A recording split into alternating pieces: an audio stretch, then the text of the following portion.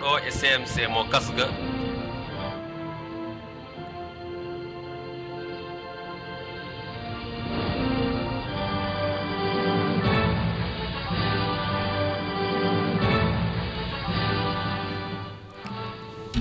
Il est 20h30 partout au Sénégal. C'est l'heure de la grande édition. Vous écoutez Kaskas FM 95.9 à la présentation Ibrahim Dembali, cabine technique Mika Sall. Voici les titres. Le projet de réhabilitation des lycées historiques est une œuvre salutaire pour l'enseignement. Après la sortie du maire Ousmane Sonko, la réplique inattendue de l'amicale des étudiants de Ziguinchor, le nouveau document portant sur la stratégie de souveraineté alimentaire du Sénégal sera soumis à l'approbation du chef de l'État mercredi en Conseil des ministres. En international, la Mauritanie produit à nouveau de la sardine en conserve dans une usine flambant neuve. Le ministère des Transports a arrêté de fortes mesures à la suite d'un accident ayant fait 14 morts et plus de 70 blessés à Yamoussoukro. Sport et revue mettront fin à cette édition dans un instant. Le journal, le développement. Le projet de réhabilitation des lycées historiques est une mesure salutaire car permettant la restauration de l'image de ces établissements scolaires publics ayant accueilli d'éminentes personnalités qui ont eu à faire leurs humanités, estiment les proviseurs des lycées Charles de Gaulle et Cheikh Oumar Foutiyou. Dans son discours à la nation à la veille du Nouvel An, le chef de l'État a évoqué un programme d'urgence de réhabilitation de plusieurs lycées historiques. Blaise Diagne, Seydina Limamou Laye, Seydou Nourou Tall, John Fitzgerald Kennedy, El Hadj Malick Sy, El Hadj Omar Foutiyou Tall, Charles de Gaulle, Valdiodio Ndiaye et Djignabo de Ziguinchor comptent parmi les lycées cités par ce programme, avait-il précisé. La proviseure du lycée Cheikh Oumar Foutiyou Tall, Ndeye Arrête Sarr Mbodj, considère que cette annonce est une heureuse nouvelle et constitue un grand soulagement pour le personnel enseignant et les élèves. Après la sortie du maire Ousmane Sonko, la réplique inattendue de l'amicale des étudiants de Ziguinchor, l'affaire opposant donc la mairie de Ziguinchor, notamment l'édile Ousmane Sonko et certains étudiants ziguinchorois vivant à Dakar, est peut-être loin de connaître sa fin. Après la sortie du maire de la capitale méridionale s'expliquant sur la location d'un immeuble dédié aux étudiants de Ziguinchor à Dakar, beaucoup se sont interrogés sur la réaction de ces derniers. Aujourd'hui, Seneweb a pu rencontrer certains des membres du mouvement des élèves et étudiants pour le développement de Ziguinchor qui regroupe plus de 100 membres. Selon leur porte-parole, Pape Lamine Tamba, qui s'est largement expliqué sur la situation et dément l'aspect politique évoqué par le maire de Ziguinchor, il a aussi apporté des preuves qui prouvent qu'ils ont été brutalisés durant leur manifestation à Ziguinchor. Le jeune étudiant est aussi revenu sur le contrat de location de l'immeuble ainsi que la rencontre qu'ils ont tenue avec Doudouka. Les tentatives de joindre le bailleur qui loge les étudiants ont été vaines.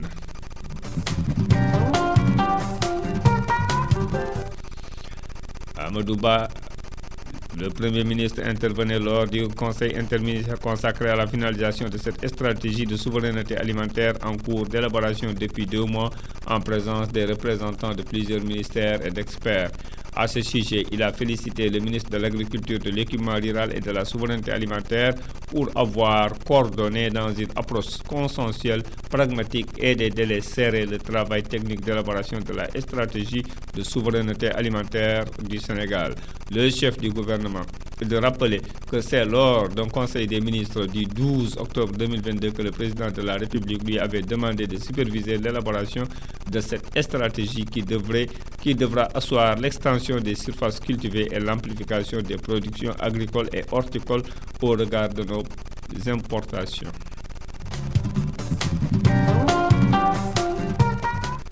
Le ministre des Forces armées, Maître Sidiki Kaba, a souligné ce vendredi la fierté éprouvée par les Sénégalais pour leurs forces armées dont ils attendent par la même occasion un niveau d'exigence élevé nécessitant une constante adaptation et des ressources humaines de qualité.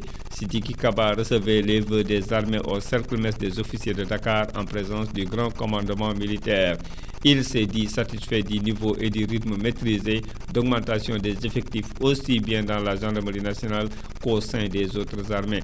Maître Sidiki Kaba a aussi salué les efforts inédits de montée en puissance des armées sénégalaises durant l'année 2022. Cette exigence d'anticipation et d'adaptation à la menace vise à créer les conditions d'une meilleure exécution de la mission première des forces armées, a-t-il dit. Le processus devant consacrer la mise en place du nouveau programme décennal de lutte contre les inondations pour la période 2023-2033 avance très bien, indique le directeur général de l'Office national de l'assainissement du Sénégal, Mamadou Mamour Diallo. Les études sont en cours et les travaux sont très bien avancés. Toutes ces actions démontrent encore une fois que le secteur de l'assainissement reste au cœur des priorités du président de la République, Macky Sall, a-t-il dit jeudi soir à l'occasion d'une cérémonie célébrant le départ à la retraite de 9 agents de l'ONAS. Le DG de l'ONAS a souligné que le programme de lutte contre les inondations 2012-2022 clôturé le 31 décembre dernier a été une belle réussite. M. Diallo a salué les nombreux efforts consentis par l'ONAS, surtout lors de l'hivernage 2022. Parlons maintenant hydrocarbures. Les prix du carburant et de l'électricité vont connaître une hausse à partir de demain samedi, information confirmée par le ministre du Commerce. L'État du Sénégal subventionne depuis le début de la crise les hydrocarbures et l'électricité. Il se trouve que dans l'urgence, on a subventionné tout le monde alors que tout le monde n'a pas besoin de subvention, a-t-il dit. Abdou Karim Fofana avance que sur le parc automobile au Sénégal, ceux qui roulent au diesel pensent qu'elles sont les personnes les plus nécessiteuses. Mais dans les statistiques, 52% des véhicules au diesel ont plus de 11 chevaux, donc sont des 4x4. Il ajoute que la subvention continue toujours jusqu'à présent. Sur 1 litre de gasoil, les Sénégalais payent 655 francs et l'État paye 400 francs.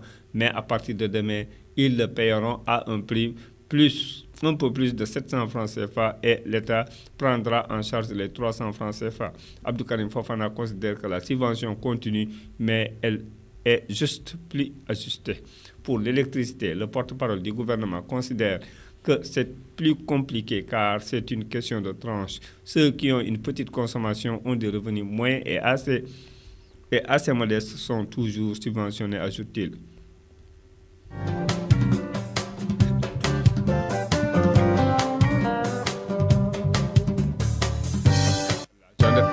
La gendarmerie nationale en deuil, le commandant de brigade Marturin Bassène en service à Linguère depuis seulement septembre 2020 est décédé hier à l'hôpital Magatte Lô de Linguère, une perte qui plonge tout le Jolof dans l'émoi et la consternation.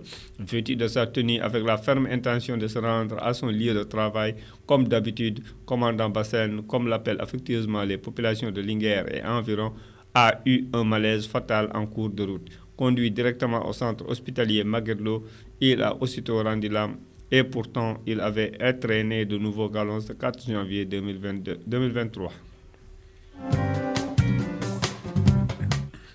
La coalition Yewwi Askan Wi avait prévu une manifestation ce vendredi 6 janvier 2022 à 15h pour protester contre les irrégularités du fonds Covid-19, mais aussi le recul démocratique et les arrestations tous azimuts.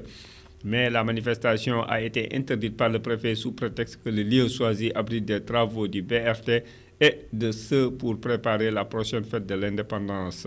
Toutefois, Ousmane Sonko et compagnie n'abdiquent et annoncent un autre grand rassemblement vendredi prochain à Grand Yoff. Ils vont introduire dès aujourd'hui une nouvelle demande de marche pour vendredi, souffle le leader de Yewwi à l'Observateur.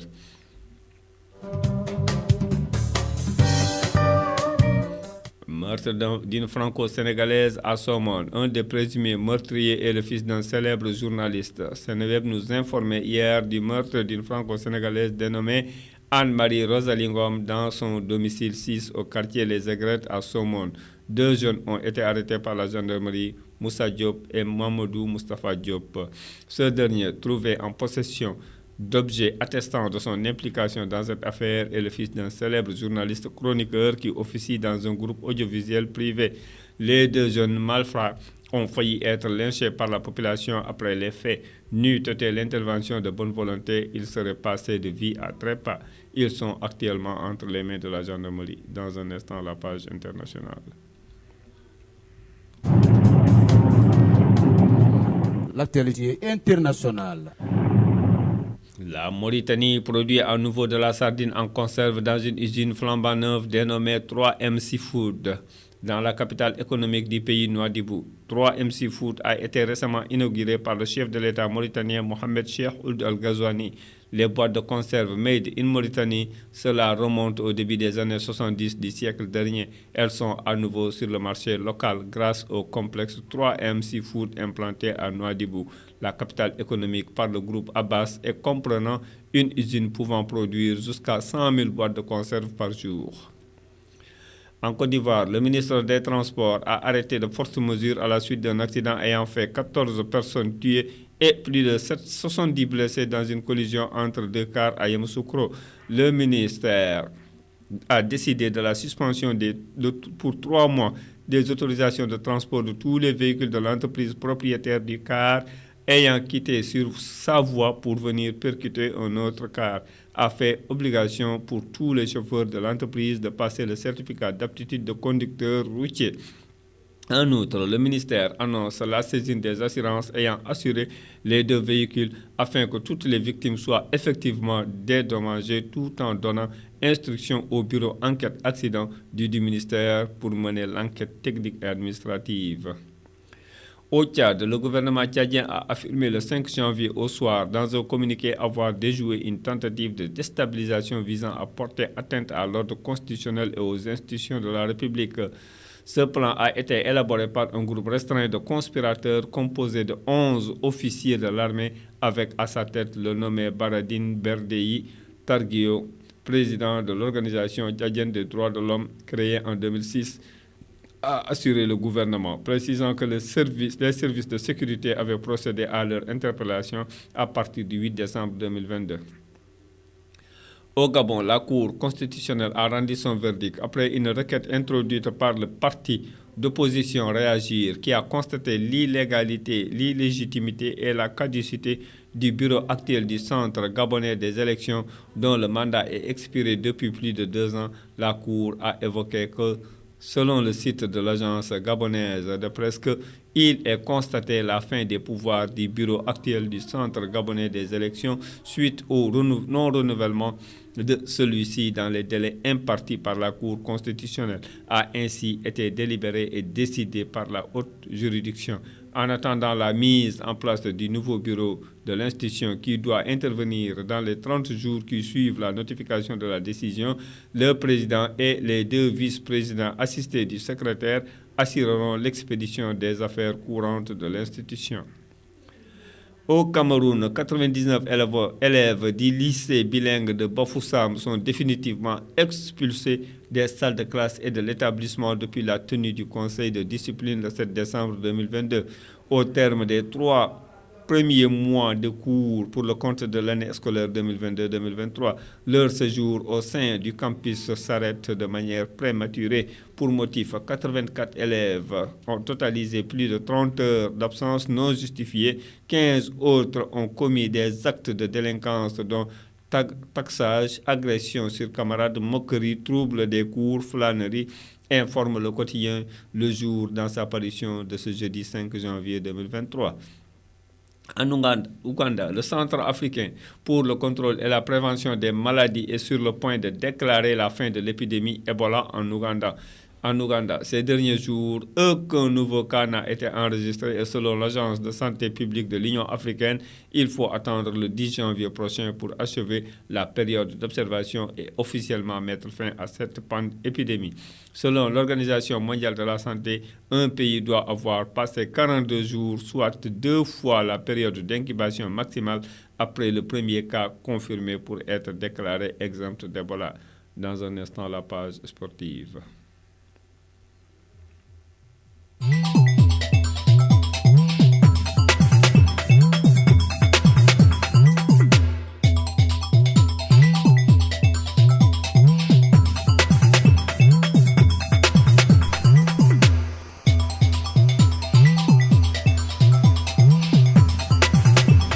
La page sportive sera présentée par Mamoudou Aïtiam. Bonsoir Mamoudou. Bonsoir Ibrahim, bonsoir à tous. J'espère que nous avons un début de week-end chargé pour le football.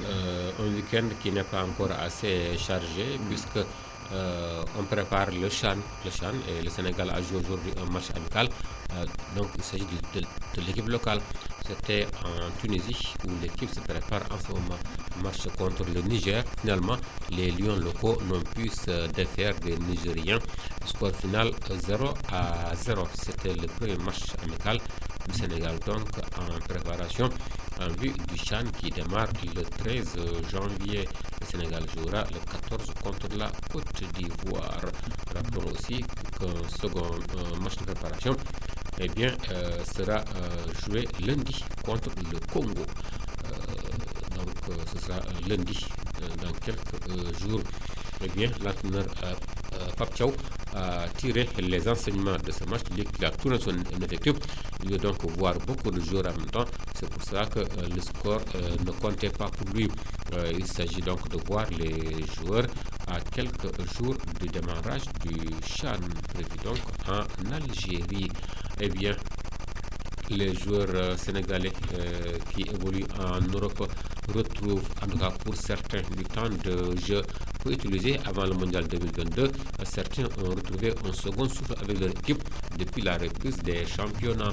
C'est ainsi que Kadri Koulibaly, par exemple, crédité d'une bonne participation au mondial malgré l'élimination du Sénégal en 8e de finale, est sans doute le joueur sénégalais le plus en vue depuis quelques jours et la reprise des championnats européens. Le capitaine des Lions, utilisé avant la Coupe du Monde par Chelsea, a été titularisé par son entraîneur Graham Potter lors des deux dernières sorties des Blues en Premier League, dont la rencontre contre Manchester City hier soir. Malgré leur défaite 0-1, il s'est bien comporté et il semble donc retrouver ses marques à ressembler à ce rock qui a tant évolué à Naples en Italie. D'autres jouent en ce moment ou bien ce week-end en Coupe de France, notamment Habib Diallo, même s'il n'a pas joué la Coupe du Monde. Habib Diallo, qui est du Strasbourg, a été éliminé aujourd'hui par l'équipe de Angers. Angers où jouent Sad Choub et Abdallah Sima. Donc il passe en 16e de finale et Habib Diallo de Strasbourg, donc éliminé. Donc voici quelques rencontres de Coupe de France. En ce moment, le Paris Saint-Germain et le Châteauroux sont à égalité un partout. C'est le PSG qui menait par 1-0. Donc nous venons de voir l'égalisation. Pourtant, depuis la 37e minute de Châteauroux, le PSG avait ouvert le score par Hugo Ekitike à la 13e minute. En ce moment, donc, ils sont à la 45e plus 3. Le score est de 1 but partout. Retenez aussi que aujourd'hui l'équipe de Valenciennes a été battue par celle de Paris FC 3-1. FC Pau également qui bat Montpellier 2-1.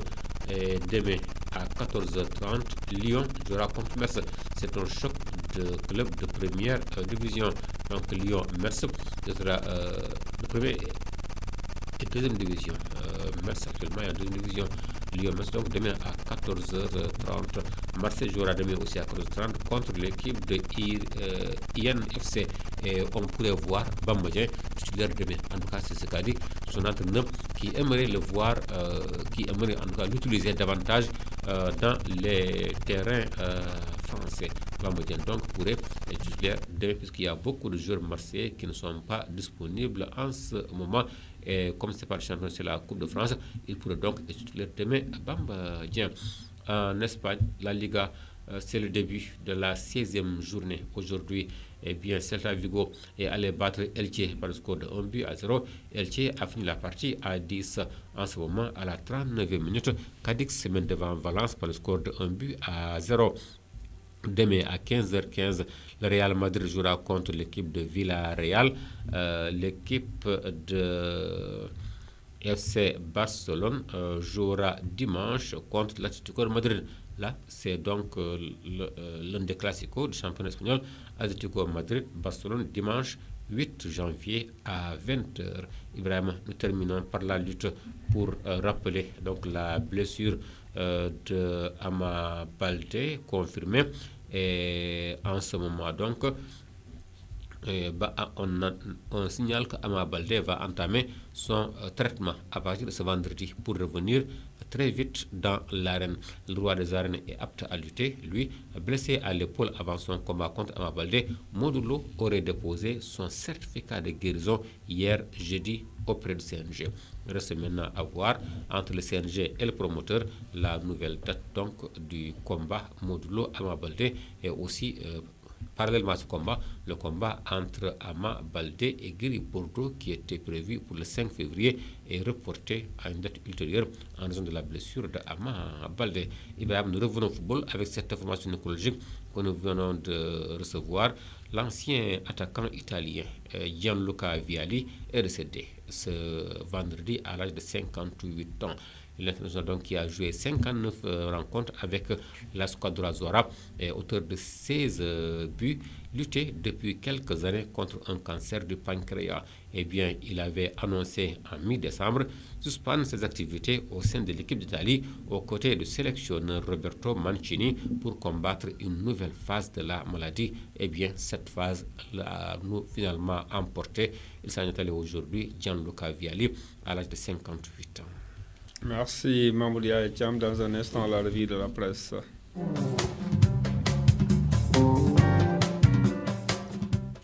L'interdiction du grand rassemblement de l'opposition de ce vendredi à Dakar et le niveau des violences physiques exercées sur les enfants sont des sujets préoccupants pour les journaux sénégalais reçus vendredi à APA.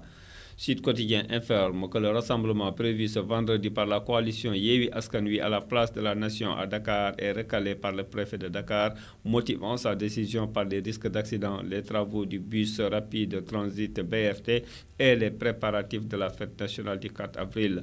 Walf Quotidien s'attendait à un vendredi des seigneurs lorsque la volonté de l'opposition est de foncer sur le pouvoir qui est déterminé à l'arrêter. Cependant, l'observateur souligne que Yewwi Askan Wi, dirigé par Ousmane Sonko, Khalifa Sall et compagnie, prend acte et décide d'introduire une autre demande de manifestation pour vendredi prochain à Grand Yoff. Une commune proche de la banlieue dakaroise est considérée comme le fief politique de Khalifa Sall, l'ancien maire de Dakar. Le journal s'intéresse aussi à l'affaire de meurtre des deux enfants de 2 ans et de 6 ans en un mois à Thiandefal, un village de la région de Thiès à 70 km de Dakar, sous la hantise d'un tueur fantôme.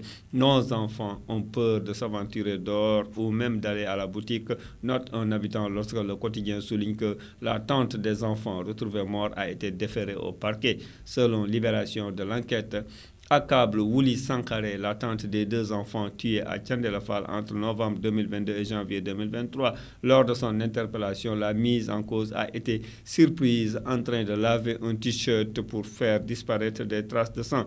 2 témoins oculaires ont mis les enquêteurs sur la piste de la présumée meurtrière qui avait aussi menacé la grand-mère des victimes, estime le journal, qui ajoute que l'enquête révèle une affaire de jalousie qui a viré au double drame sanglant. Sous le titre « La loi des bourreaux », le quotidien se fait l'écho d'une étude sur la violence faite aux élèves au Sénégal. Le journal note que 66,7% des élèves sont victimes de violences physiques, alors que de 2017 à 2021, 55 000 élèves ont été victimes de violences sexuelles. Il souligne que le mal est plus profond dans les daras, des écoles recevant des enfants talibés qui allient le plus souvent la mendicité à leur enseignement coranique. C'est la fin de cette édition. Dans un instant, le rappel des titres.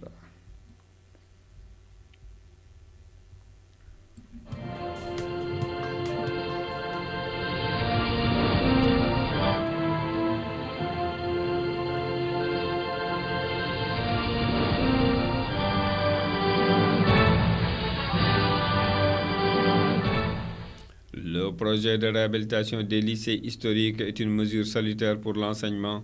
Après la sortie du maire Ousmane Sonko, la réplique inattendue de l'amicale des étudiants de Ziguinchor, le nouveau document portant sur la stratégie de souveraineté alimentaire du Sénégal sera soumis à l'approbation du chef de l'État mercredi en Conseil des ministres. En Mauritanie, on produit à nouveau de la sardine en conserve dans une usine flambant neuve. Le ministre des Transports ivoirien a arrêté de fortes mesures à la suite d'un accident ayant fait 14 morts et plus de 70 blessés dans une collision entre 2 cars à Yamoussoukro. Le sport et la revue ont mis fin à cette édition. Dans un instant, la version Poulard avec Demba Dieng.